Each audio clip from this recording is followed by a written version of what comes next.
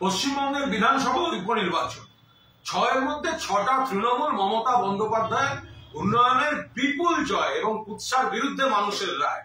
গতকালের গান ছিল যে তৃণমূল তো জিতেছে, বিজেপি তো হেরেছে, কিন্তু এই যে বড় বড় কথা বলার পর সিপিএম, তো গতকাল গান ছিল অরিজিৎ সিং এর মতো, আর কবে আর কবে আর কবে সিপিএম শূন্য থেকে এক হবে।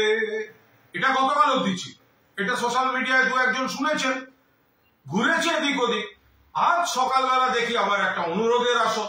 আমি তো শিল্পী নই, কিন্তু অনুরোধের আসরে দু একটা গান এলে তো চেষ্টা করতে হয়, তো সেই জন্য আবার সিপিএম এর জন্য আবার অনুরোধের আসর মেনে মোটর কলাই গোল গোল দাঁতে ভাঙে না, আর সিপিএম শূন্য থেকে একে যায় না।